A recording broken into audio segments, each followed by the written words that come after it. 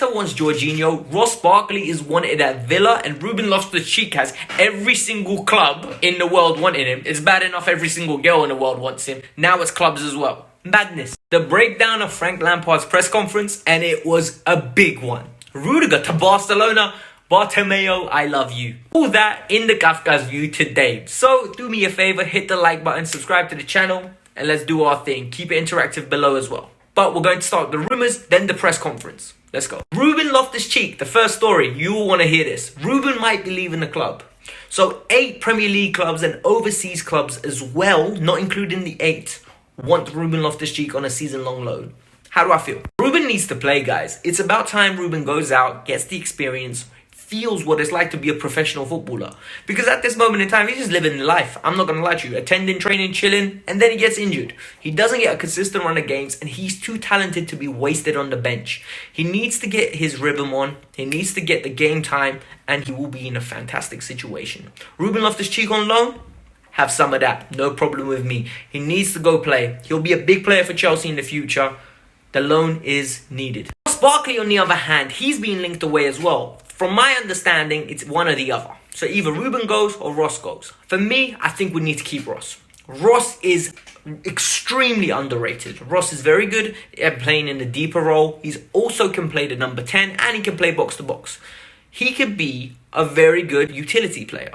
You don't need him starting every weekend, and he won't start every weekend. But games against the Barnsley or games against in the Champions League, when the group stages we've already qualified, or it's a dead rubber game, maybe against a Ghent or someone, you can play Ross and get away with it. It's needed, and you always need players of that caliber. Maybe a James Milner type. You know what I mean? Someone that can do numerous jobs.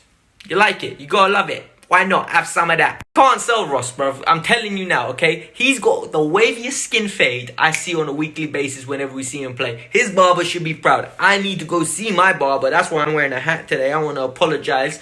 But on to the next story that really annoyed me. Jorginho to Arsenal really frustrates me. This rumour better not be true. Sky Sports over here, yeah, you see over here, these ones, they're reporting that if they don't get Partey, they want to go for Aouar. You like my French pronunciation there? Someone correct me if I said it wrong. Or Jorginho. Listen, you keep your hands off our Jorginho, okay? Jorginho is here to stay because Frank will have to play him because we need a tempo setter.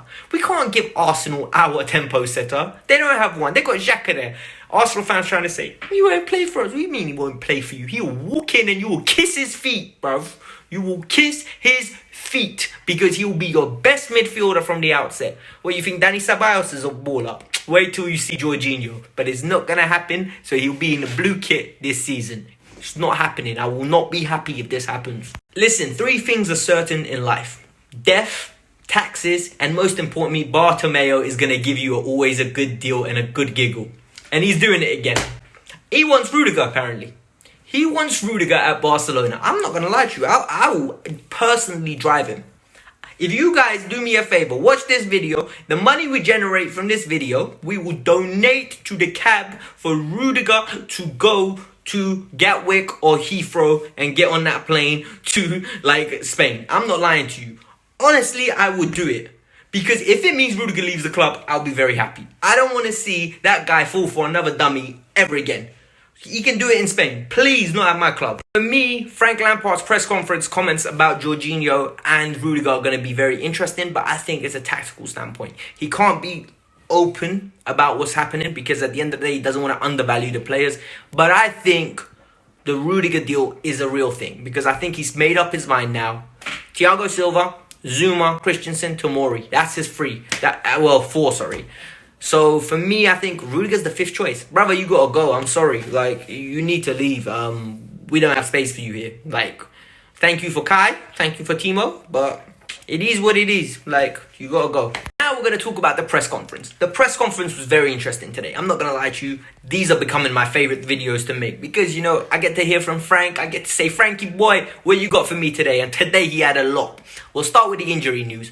Frankie boy told us, Big Frank, he told us no Pulisic and no Ziyech this weekend again. I'm not going to lie to you, I don't like it. I need those 2 back. I need them raring to go.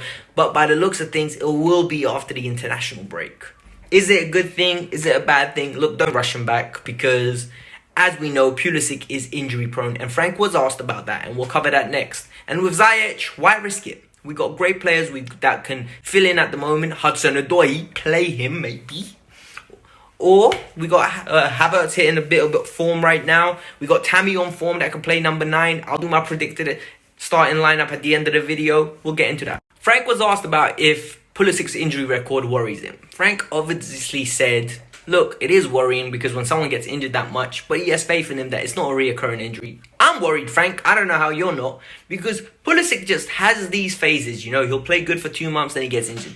Play good for 2 months, gets injured. Plays bad for 2 months, gets injured. I don't like that. I really need him constantly fit and healthy, almost like an Eden Hazard. Now Hazard's injured, but he's not at Chelsea anymore. We don't care. No, actually, we do care. I'm not going to lie to you. Hazard, please get back to form, because I've got a lot of stock in you and it invested.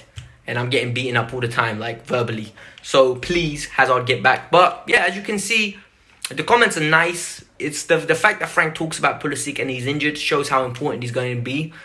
Pulisic, hurry up and get back. So we've signed Mendy. Mendy is officially a Chelsea player, but Caballero is expected to get the start tomorrow because Mendy hasn't trained enough, which is understandable. He's only been in England for 2 days. Apparently, listen to this journalist. Have you spoken to Kepa? What for, bruv? Has Kepa spoken to Frank? How many points has he cost us this year? What for? What are we speaking to him for? When you refunding the club with your wages for making so many dumb errors, bruv, that's when we need to talk. About spoken to him about why he's dropped. If Kepa's got half a brain about him, he will know why he's dropped in it. Don't make dumb decisions like passing it to Mane or flapping at the ball or trying to come for a cross and the ball's at the back stick, you're going to the front post. Listen, yeah, he knows why he's dropped. He'll be lucky to make the bench from next week onwards when Mendy's our number 1.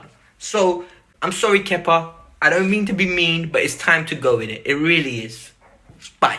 As I said before, Frank was asked about Rudiger and Jorginho, and guess what? He just played it down. Like, he just says they're both our players, they're both part of the plans. What else is he meant to say, peeps? Literally, what else is he meant to say? He can't devalue the players. At the end of the day, he could have killed it properly. Like, he would have said, oh, they're starting tomorrow. But he didn't. So at the end of the day, let's look at it. Rudiger wasn't in the last 3 squads. That's a red light. Do you know what I mean? With Jorginho, he's been playing, and I actually think Frank wants to keep him. With Rudiger, bye. Apparently, Thiago Silva and Ben Chilwell are both in line to having a start. This is great news. This is the type of news I like to hear. Both players are going to be integral to what Chelsea are going to achieve this year. So, both of them getting a start. Mwah. Hopefully they both do. If not, no need to rush him, Frank. No need to rush him, because Tomori and Big Kurt can handle it. Emerson as well, left back. I don't want to see Alonso, please. But now that we've covered everything, we're going to go into the predicted XI. The predicted XI, whatever. Someone in the comments always corrects me.